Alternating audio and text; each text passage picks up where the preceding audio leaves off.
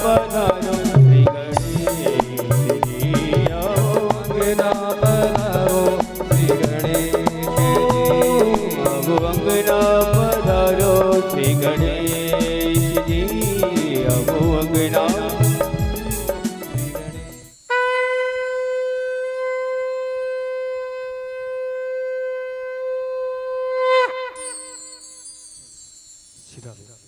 ओम रत्नेश्वर्यै नमः ज्वालामालिन्यै नमः सर्वोच्चारार्थे गन्धास्पुष्पाणिं समर्पयामि। चंद्रमा मनसो जातचक्षुः सूर्य प्रभु के महिमा की आरती, पापियों को पाप से है तारती, भाग्यवत भगवान की है आरती, पापियों को पाप से है तारती, ओ पापियों को पाप से है तारती। ये नमः श्री राधा कृष्णाभ्याम नमः। नमत्कुंज विहारिणि स्वामी श्री हरिदासाय, स्वामी श्री हरिदासाय नमः।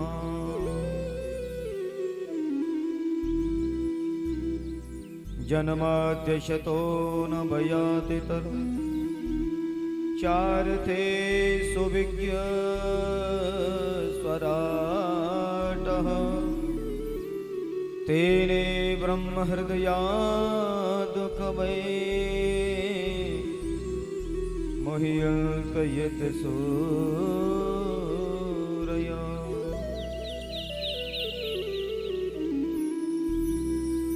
तेजो वार मृदाम यथा विनमयो, यत्र सर्वो मृषा, धामना स्वेन सदा निरस्तकुहकं, सत्यं परं धीमहि।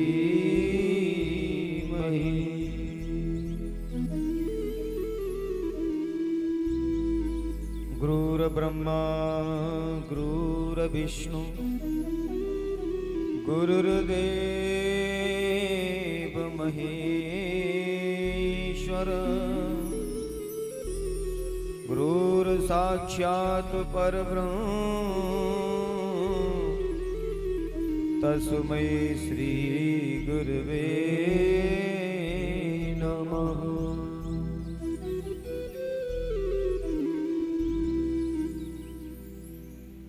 आइए हनुमंत बिराजी, कथा करहूँ मति अनुसार, गादी धरियासन धरूं, मेरे पधारियो पवन कुमार।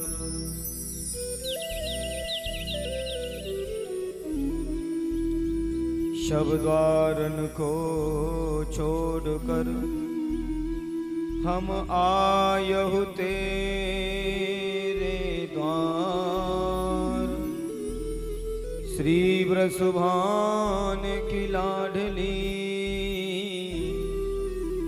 निक मोरी ओर निहार।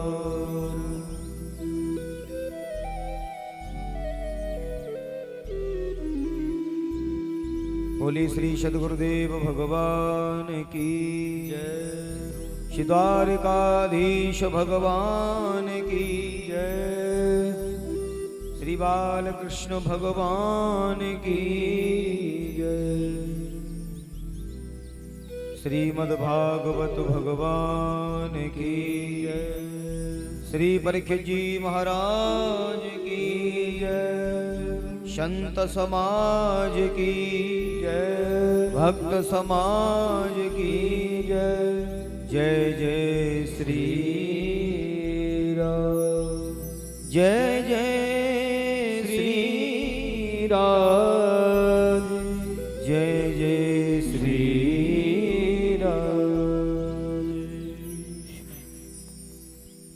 परम मंगलमय परात्पर अखिलेश्वर कारण करुणा वर्णालय भक्ति वांछा कल्पतरु त्वनंद श्री वनिंदित पीतांबरधारी मेरे बालकृष्ण लाल प्रभु की ये बंगमयी प्रतिमूर्ति श्रीमद् भागवत महापुराण भगवान की अनंत कृपा से प्रथम दिवसीय सत्र संध्याकालीन वेला मेरे श्री बालकृष्ण प्रभु की असीम अनुकंपा और कृपा आप और हम सबको प्राप्त है। पावन पवित्र इस भूमि को नमन करते हुए परम आराध्य के श्री चरणों में नमन करते हुए आए हुए समस्त भगवत रसिक जन, हमारे समस्त भक्त वृंदजन, हमारी मातृशक्ति, ब्रज प्रदेश से आए हुए समस्त ब्रजजन, मंचासीन विप्रजन, विद्युत जन, आप सभी को व्यासपीठ से मेरा सादर प्रणाम। जय श्री कृष्ण, जय श्री राधे। एक बार प्रेम से बोलिए राधे राधे।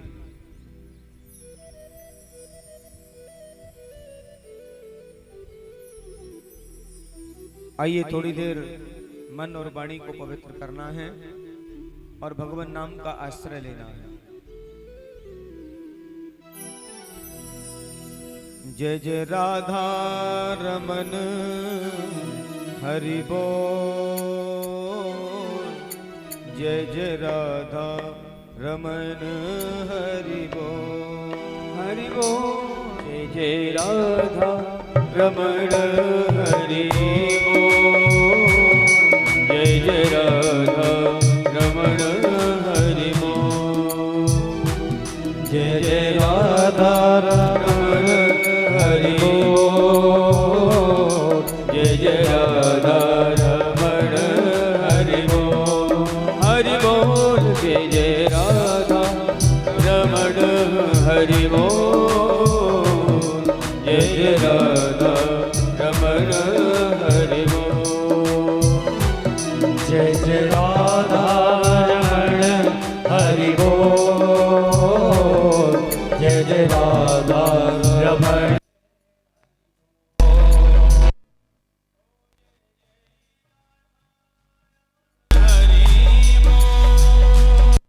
जय जय राधा रमण हरि बोल, जय जय राधा रमण हरि बोल, जय जय राधा रमण हरि बोल, जय जय राधा रमण हरि बोल,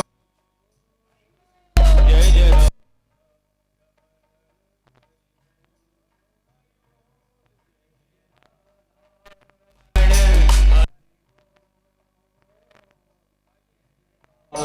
रमण हरि बोल, ओ जय जय राधा रमण हरि बोल,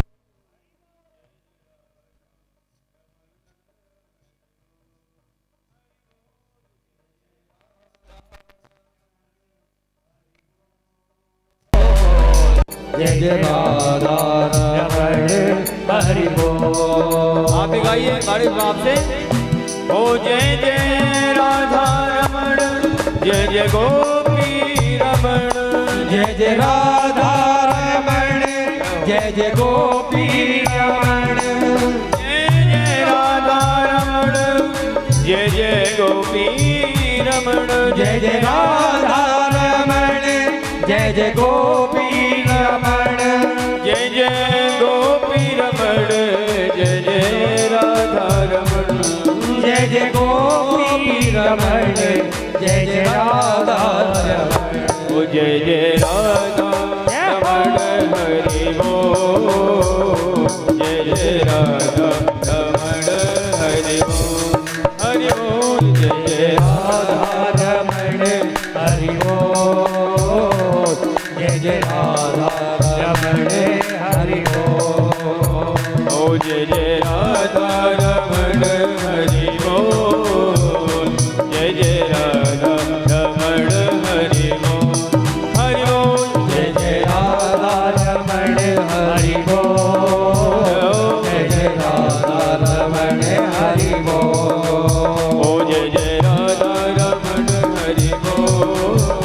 जय जय राधा रमण हरि जय जय राधा रमण हरि बोल, जय जय राधा रमण हरि बोल। ऐसे नहीं मस्ती में झूमते हुए गाएंगे, बड़े भाव से एक बार ऊपर हाथ उठाएंगे और ताली सेवा करते हुए गाएंगे। जय हो हरि ओ जय जय राधा रमण हरि बोल, जय जय राधा रमण हरि बोल, जय जय राधा रमण हरि बोल, जय जय राधा रमण हरि बोल। जय जय राधा रमण हरि बोल, जय जय राधा रमण हरि बोल, जय जय राधा रमण हरि बोल, हरि बोल जय राधा रमण हरि बोल। हरि बोल हरि बोल हरि बोल हरि बोल हरि बोल हरि बोल हरि बोल हरि बोल, हरि बोल हरि बोल हरि बोल हरि बोल हरि बोल हरि बोल हरि बोल हरि बोल, हरि बोल हरि बोल हरि बोल हरि बोल हरि बोल हरि बोल हरि बोल हरि बोल, हरि बोल हरि बोल हरि बोल हरि बोल हरि बोल हरि बोल हरि बोल। जय जय राधा रमण जय हो, जय जय राधा रमण हरि बोल जय राधा रमण हरि बोल, जय जय राधा रमण हरि बोल, ओ जय जय राधा रमण हरि बोल, जय जय राधा रमण हरि बोल, ओ जय जय राधा रमण हरि बोल, जय जय राधा रमण हरि बोल, श्री राधा रमण हरि बोल, जय जय राधा श्री राधा जय जय राधा रमण हरि जय जय राधा रमण श्री राधा जय जय राधा रमण हरि बोल, राधा रमण हरि बोल, राधा जय जय राधा रमण हरि बोल, जय हरे जय राधा रमण हरि बोल।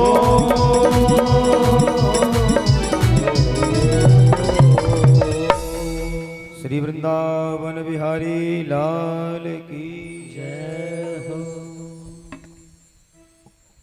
आइए भगवान की कथा पर चलते हैं।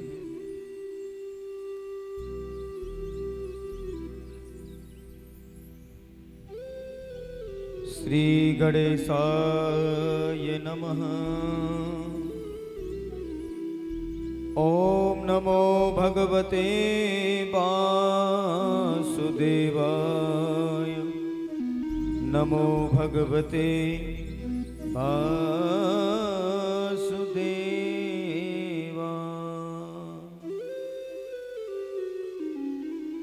श्री गुरुवे नमः। भाग्योदयेन बहुजन्म समर्जितेन सत्संगं लभते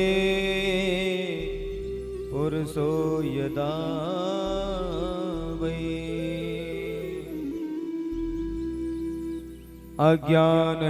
अज्ञानहेतुकृतमोह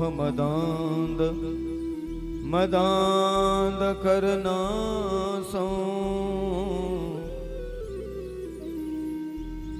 तदो विदाहि तदोदयते विवेकः।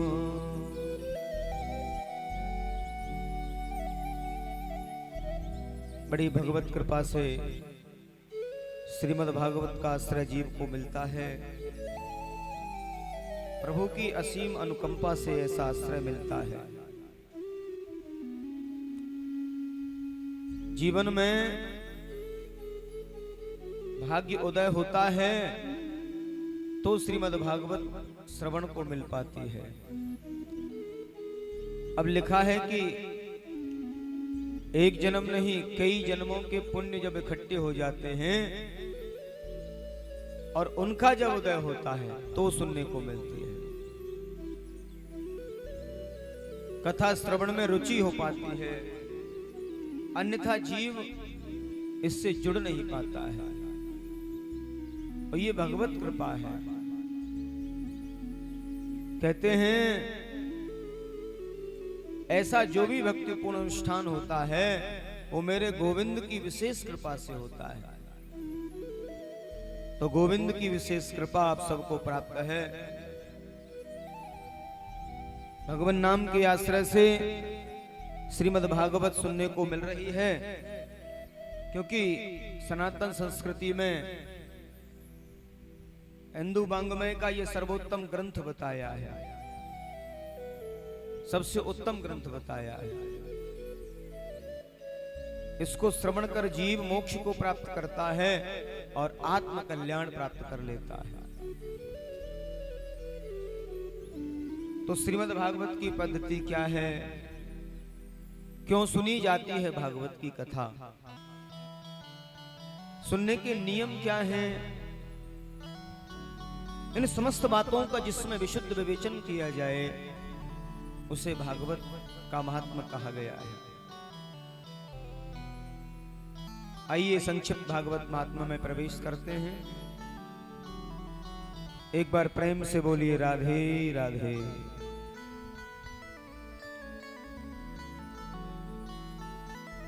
सच्चिदानंद रूपाय विश्वोत्पत्त्यादिहेतवे तापत्रय विनाशाय श्रीकृष्णाय वयं नमः।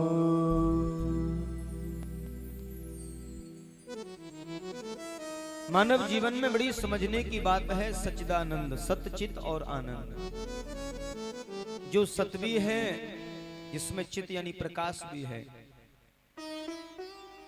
ईश्वर को प्रकाश स्वरूप बताया है, आनंद स्वरूप बताया है।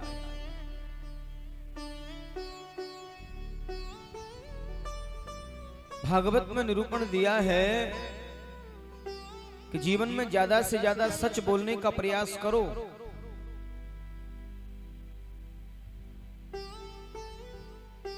क्योंकि भागवत का जब शुभारंभ होता है तो भी सत्य की वंदना, और भागवत का जब मध्य होता है तो भी सत्य की वंदना, और भागवत का जब अंत यानी विराम होता है तो भी सत्य की वंदना की गई है। सत्यम परम धीमहि, सत्यं परम धीमहि। तीनों प्रकार के तापों को विनष्ट करने की सामर्थ्य है भगवान नाम की इस कथा में। दैहिक दैविक भौतिक ताप राम राज काहू नहीं व्यापा। तीनों प्रकार के तापों को विनष्ट कर देती है भागवत की कथा। अनंत सुखों को प्रदान कराती है। और आनंद की अगर बात करते हैं तो परमात्मा तो स्वयं आनंद स्वरूप है, सच चित आनंद, यानी जो स्वयं अपने में आनंदित हैं, सारी दुनिया को आनंदित करते हैं। सारी दुनिया में कोई भी सुखी नहीं है, किसी न किसी को कोई न कोई दुख, कोई न कोई कष्ट जरूर लगा हुआ है। कोई तन दुखी, कोई मन दुखी, और कोई धन बिन रहत उदास। थोड़े थोड़े सब दुखी, तो सुखी कृष्ण के दास। वास्तव में जो सुखी हैं वो भगवान के दास हैं, जो भगवान नाम का आश्रय लेते हैं।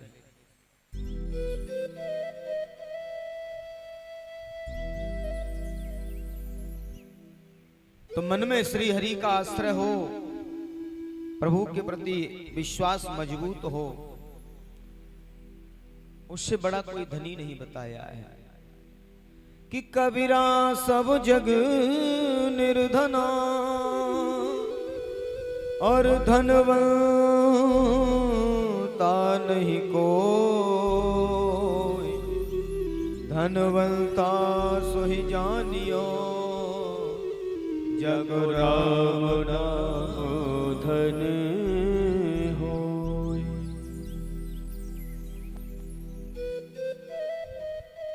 भागवत के जो प्रधान देव हैं भगवान कृष्ण यानी गोविंद हैं, इसीलिए कि श्री कृष्णाय वयं नमः। श्रीकृष्णाय वयं नमः। आदरणीय श्री सुखदेव स्वामी का बंधन किया है। जिन आचार्य सुखदेव ने जन्म लेते ही सन्यास को ग्रहण कर लिया, ऐसे परम सर्वभूत हृदय सुखदेव स्वामी, जिनके पिता श्री वेद व्यास जी, महर्षि कृष्णद्वैपायन व्यास जी आवाज देते हैं, पुत्रेति तन्मयतया तरवो विनेदुस्तम तम सर्वभूत हृदयम मुनिमानतोस्मि, जिन्हें लौटाकर लाने में जो असमर्थ हो जाते हैं, माने वृक्षों से जिन्हें जवाब मिल रहा है, ऐसे परमभूत सर्व श्री सुखदेव स्वामी का बंधन किया। जिस प्रकार से इस पवित्र भूमि में बैठ करके हम श्रीमद् भागवत के लिए एकत्रित हुए हैं, ऐसे ही पुराणों की विद्या के लिए एकांतमय स्थल है श्री नैमिषारण्य तीर्थ, जिसे चक्र तीर्थ के नाम से जाना जाता है, जहां 88,000 संत जन अपने समस्त कार्यों से निवृत्त होकर के बैठे हैं,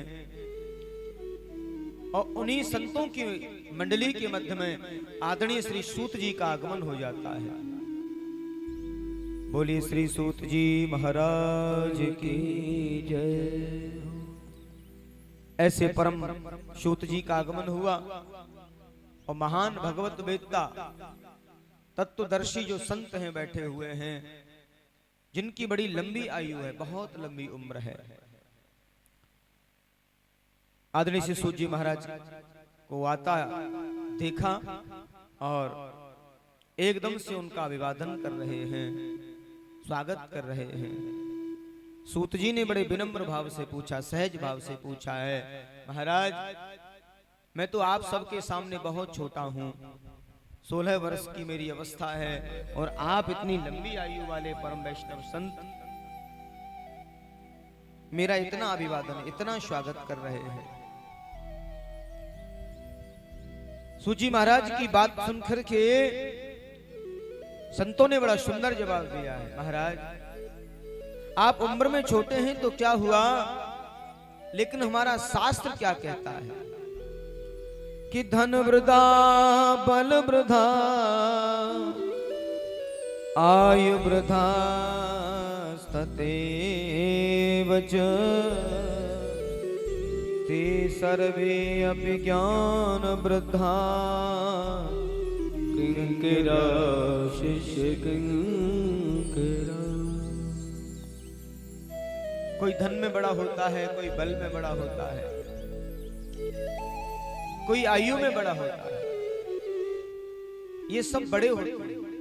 धनवान है तो बड़े आदमी हैं,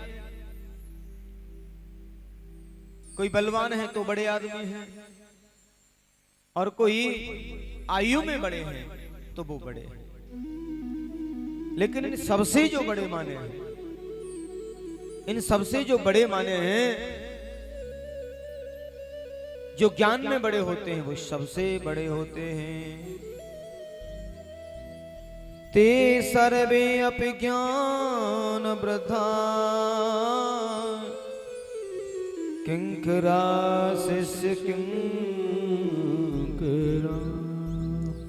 इसलिए महाराज आप देखने में भले ही छोटे हैं, लेकिन मनुष्य के अंदर अज्ञान रूपी है हृदय में, उसे निकालने में आप करोड़ों सूर्यों के समान हैं।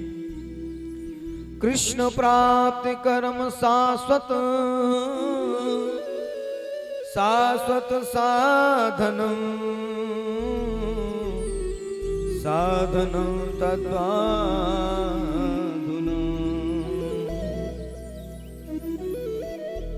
एक बड़ी सुंदर बात संतों ने कही कि महात्मा और संत के पास कभी भी जाने का अवसर मिले, सेवा का अवसर मिले, तो उनके पास जाकर के समय को व्यर्थ में नहीं गंवाएं, उनसे सहजता और सरलता का जो मार्ग है उसके बारे में जरूर जानिए।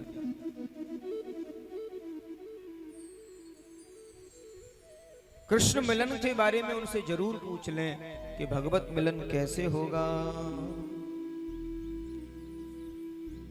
काल व्याल मुख ग्रास त्रास निर्णयास हे तवे।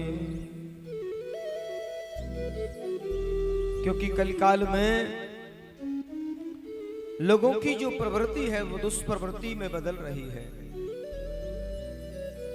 आध्यात्म कार्यों के लिए लोगों के पास समय नहीं है। ऐसा समय कलयुग के प्रभाव से लोगों की बुद्धि विकृत होगी और वर्णन किया है काल व्याल मुख ग्रास त्रास। मने हम कलिकाल में काल रूपी सर्प के मुंह के ग्रास बने हुए हैं और उसने मुख फाड़ रखा है। हम कब तक सुरक्षित हैं? जब तक हमारे प्राण सुरक्षित हैं, यानी जब तक वो अपने मुख को बंद नहीं करते तब तक हमारे प्राण सुरक्षित हैं। और जैसे ही वो मुख बंद करेंगे न जाने कब हमारा अंत हो जाए। निर्णयास त्रास निर्णयास हेतु। इसलिए समय को व्यर्थ में कभी नहीं गंवाना चाहिए। जो समय मिला है वो लौटकर आने वाला नहीं है, उसका सदुपयोग करो। और जो समय निकल गया समझो बहुत कीमती समय हमारा निकल गया है। जितना भी समय मिले उसका सदुपयोग करिए कि नहीं कशिद क्षण मप जात तिष्ठत कर्म कृत कार्यत्रहावस कर्म गुणै स्वभावै विकृला।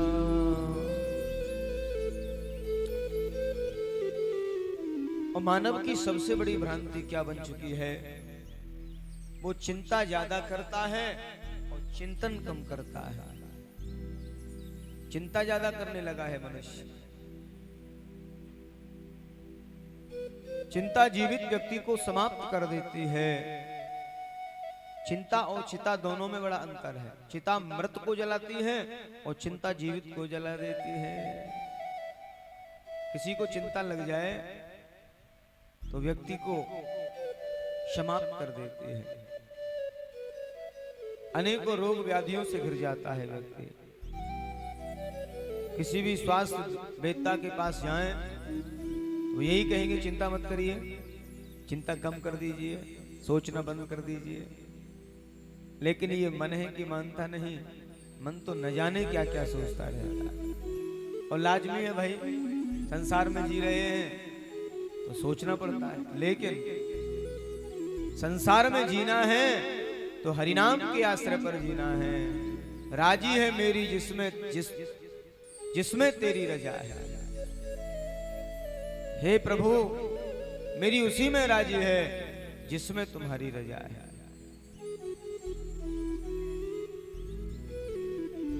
सूजी महाराज कहते हैं भागवत श्रवण का अधिकार तो कभी कभी देवताओं को भी नहीं मिला है। एक बार श्री सुखदेव स्वामी राजश्री परीक्षित को श्रीमद् भागवत की कथा सुना रहे हैं और देवता लोग दौड़े दौड़े आए और सुखदेव भगवान से कहने लगे कि आप ये भागवत अमृत और स्वर्ग के अमृत में अदला बदली कर दीजिए। राजा को स्वर्ग का अमृत मान करा दीजिए और भागवत अमृत हमें पिला दीजिए। तो कहां स्वर्ग का अमृत और कहां भागवत का अमृत? दोनों में बराबरी कर रहे हैं। मना कर दिया, हम आपको ये पान नहीं करा सकते। देवता लोगों ने दौड़ लगाई भगवान श्री ब्रह्मा जी के पास, उन्होंने भी मना कर दिया। उन्होंने कहा एक युति है, क्योंकि आपने भागवत के महत्व को नहीं समझा है। तो एव विनमये शुधाराज्ञा प्रपीयताम् प्रपश्यामो वयं सर्वे सर्वे श्रीमद्भागवतामृतम्।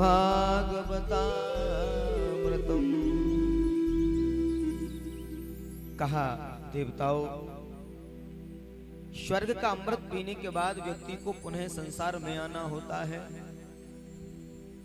जब तक हमारे सत्कर्म बने रहते हैं तब तक जीव स्वर्ग में रहता है, और सत्कर्मों की जब अवधि समाप्त हो जाती है तो उसे पुनः गिरा दिया जाता है संसार में। स्वर्ग जाने के बाद में भी व्यक्ति को लौट के आना पड़ता है इसी 84 लाख योनियों में। ये बड़ा ध्यान का विषय है। स्वर्गवास हो गया, उसके बाद क्या होगा कि पुनरपि जन्म पुनरपि मरण पुनरपि जननी जठरे शयनम। बार बार जन्म होगा, बार बार मृत्यु होगी और पुनः आगमन होगा। और ये कुचक्र जो है ना, ये चलता रहेगा। जैसे माला चलती है ना, आया गया, बस आना और जाना ये संसार का जो नियम है ये चलता रहेगा। तो भक्तांश विज्ञायन ददौ शोकथामृतं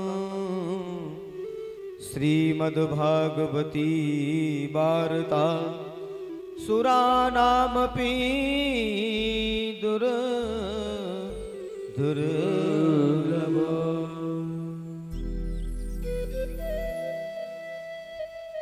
सभी देवताओं ने निवेदन किया और ब्रह्मा जी ने अभक्त समझा। एक तराजू ली, तराजू लेकर के एक पलड़े में समस्त सांसारिक साधन उन्हें रख दिया और एक पलड़े में श्रीमद् भागवत को विराजित किया है। अब यहाँ तुलनात्मक भाग दिया है कि लघुन्यान जातान गौरवेन इदम तदा ऋषिगणा सर्वे विस्मयं परमं परम ययो। तो जो सांसारिक पलड़ा जो था, जो सांसारिक साधनों जिसमें रखे हैं, वो पलड़ा ऊपर उठ जाता है और जिसमें श्रीमद् भागवत विराजित है वो पलड़ा नीचे झुका हुआ है। एकदम ब्रह्मा जी ने स्पष्ट कर दिया कि श्रीमद् भागवताक्षः अप्रत्यक्षः श्री कृष्ण एव हि श्री कृष्ण एव हि। बोले कलयुग में अगर कोई साक्षात है तो श्रीमद् भागवत है, जो साक्षात भगवान का श्री विग्रह स्वरूप है। अप्रत्यक्ष रूप से कलिकाल में भगवान का स्वरूप श्रीमद् भागवत है।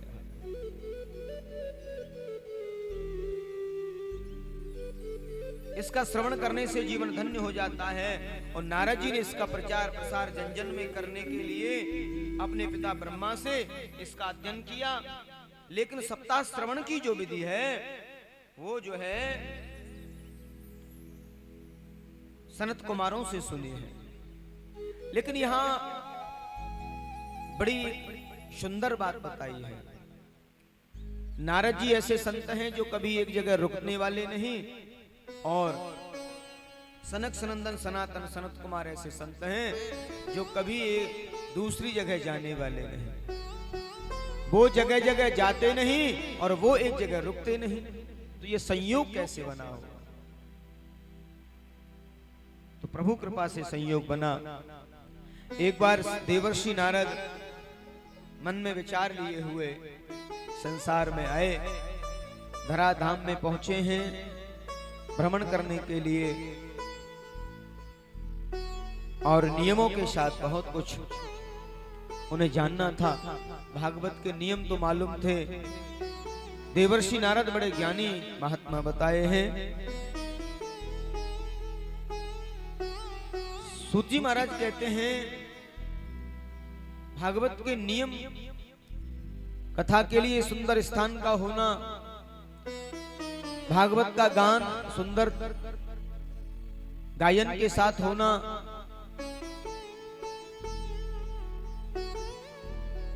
तीसरी बात भागवत का ज्ञान, उसे ज्ञान पूर्वक सुना जाना।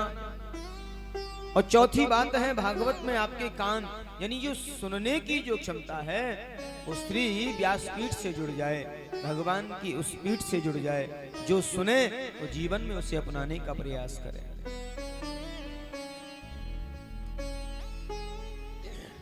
सूजी महाराज कहते हैं, एक बार देवर्षि नारद बड़ी तीव्र गति से दौड़ते हुए जा रहे थे। आज नारद जी को देखा, चारों भाई बैठे हैं।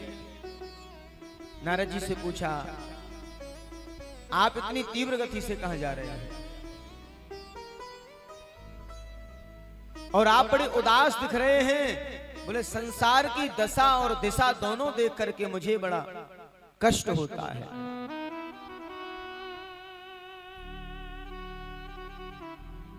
कथम ब्रह्मन दीन मुखम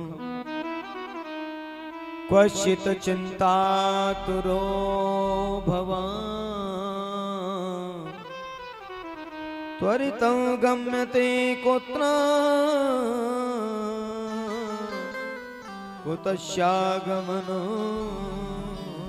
तव। नारद जी आप बहुत उदास लग रहे हैं। कहते हैं हमने सुना है कि कोई कितना भी उदास हो, एक बार आपके दर्शन जो कर लेता है उसकी उदासी मिट जाती है, चिंता मिट जाती है। देवर्षि नारद सनत कुमारों के श्री चरणों में गिर पड़े हैं। बड़े भाव से कहा, प्रभु मैं क्या बताऊं आपको अपने बारे में। मैं संसार को बहुत कुछ मान करके आया। मैंने विचार किया संसार में जाकर के मैं खूब शांति पाऊंगा और भगवत भजन करूंगा।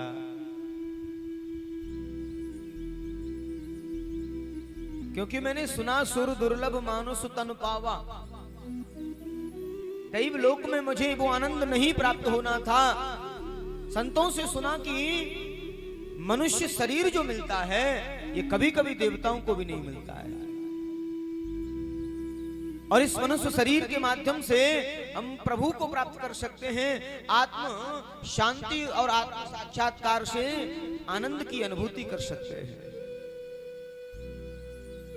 लेकिन प्रभु आया तो इसीलिए था, लेकिन यहां आते ही मैंने क्या देखा, मेरे मन को बड़ा कष्ट हुआ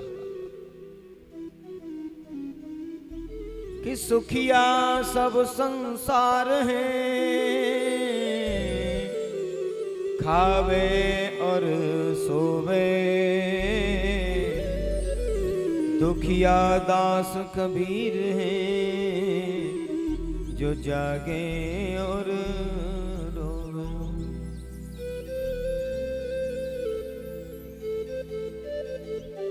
अहम तो पृथ्वी या तो ज्ञात्वा सर्वोत्तमामिति,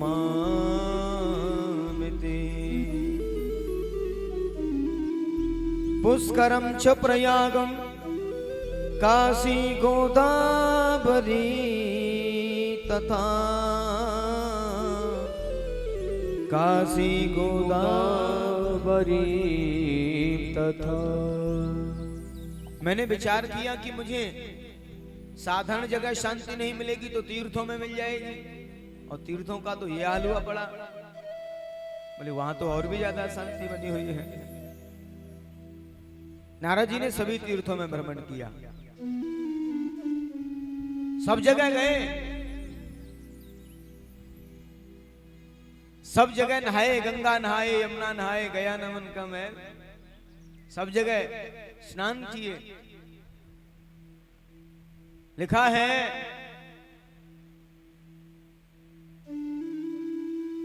गंगा नहाए, यमुना नहाए, गया न मन का मैल, और हरिधंधों में पड़ा हुआ है जो कोलू का बैल। कोलू का बैल होता है ना, उसकी तरह मनुष्य शरीर, मनुष्य का जीवन बता दिया कि ऐसा मनुष्य का जीवन हो गया है कोलू के बैल की तरह। माने कोलू का बैल जो है ना वो लगा ही रहता है, वो जुड़ा ही रहता है। ऐसा सुंदर भाव दिया है।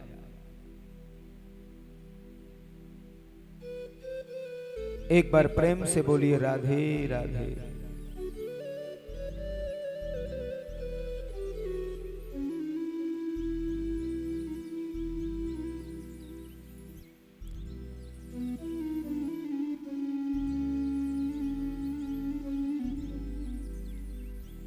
जैसे देवर्षि नारद मिले, मिलकर के पूछा, महाराज मुझे कहीं भी शांति नहीं मिली। मैं सभी तीर्थों में गया, पुष्कर गया, प्रयाग गया, सभी नदियों में स्नान किया, हरिद्वार, वृंदावन, सब जगह गया, लेकिन मेरे मन को कहीं शांति नहीं मिली। प्रभु मैं जानना चाहता हूं मेरे मन को शांति कैसे मिले।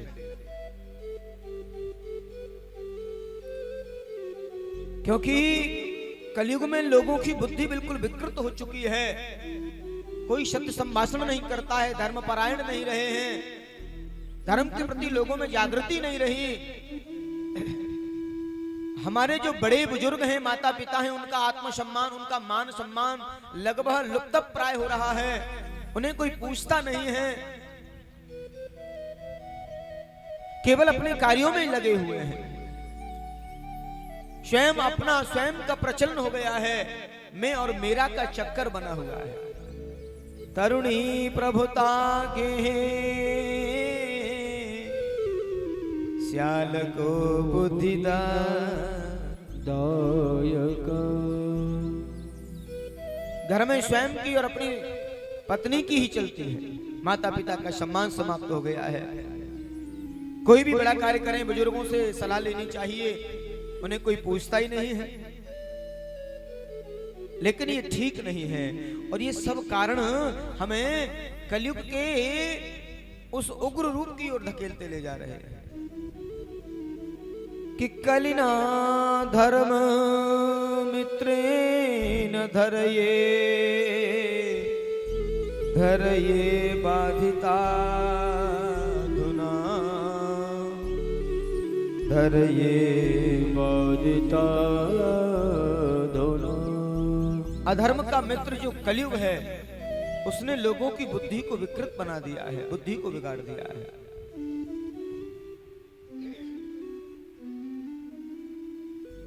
और कलयुग के प्रभाव से मनुष्य जीवन पर बड़ा कुलुषित प्रभाव बना है।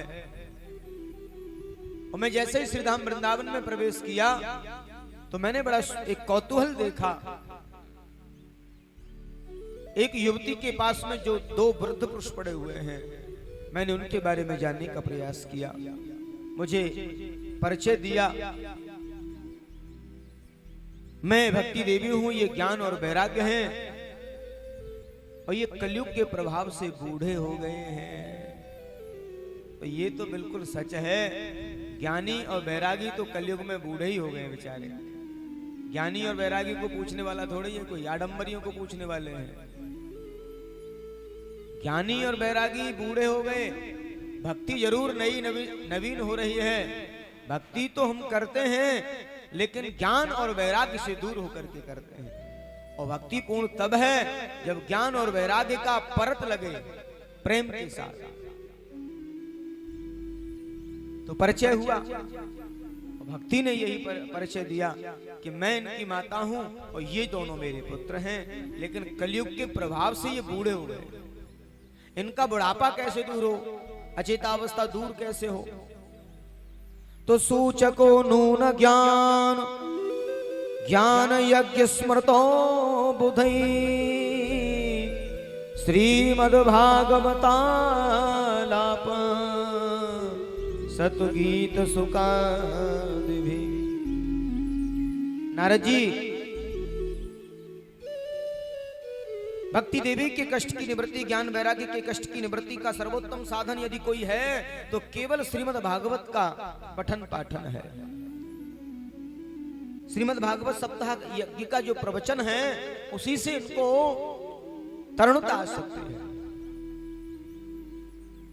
नारद जी बोले मैंने तो वेद का पाठ खूब किया, उनके कान में वेदांत के पाठ सुनाए, गीता जी का पाठ है, गीता पाठ है मुहुर्मु, मैंने गीता पाठ सुनाया, आंखें खोली और जैसे बंद किया फिर एकदम से लुप्त हो गए, फिर सो गए। अब मैं क्या करूं, मेरी समझ में नहीं आता। मैंने गीता जी का पाठ खूब सुना। अब गीता पाठ का मतलब ये होता है, वैराग्य आता है 3 प्रकार से। गीता सुनने से, गीता पढ़ने से मन में वैराग्य उत्पन्न होता, ये कन्फर्म है। सारी दुनिया में एक ही तो ग्रंथ श्रीमद् गीता, श्रीमद् भागवत अलग है, और श्रीमद् गीता जो है वो भगवान के मुख से निकला हुआ ग्रंथ है, निसृत ग्रंथ है। और गीता में ज्ञान प्रधान होता है।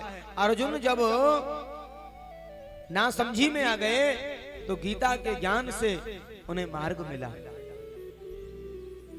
गीता तो ज्ञान की प्रदाता है, और जीवन में जब भी कोई गीता पढ़ते हैं ना, तो गीता पढ़ने के बाद में संपूर्ण ज्ञानी होना एहसास होता है और वैराग आ जाता है।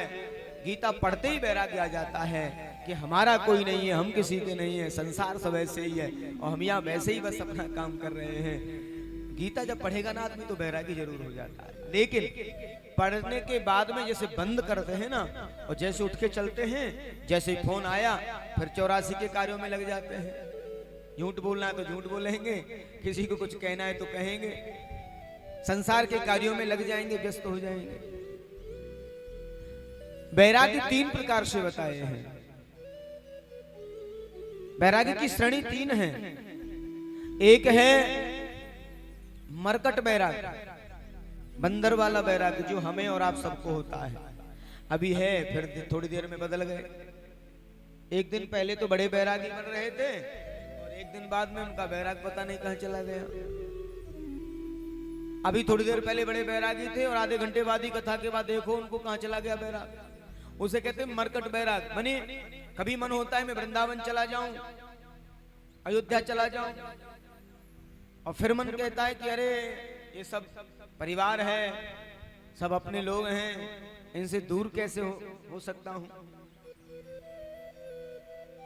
कई बार कई लोग ऐसे होते हैं तैयारी करके भी नहीं जा पाते। एक बार मन में वैराग आया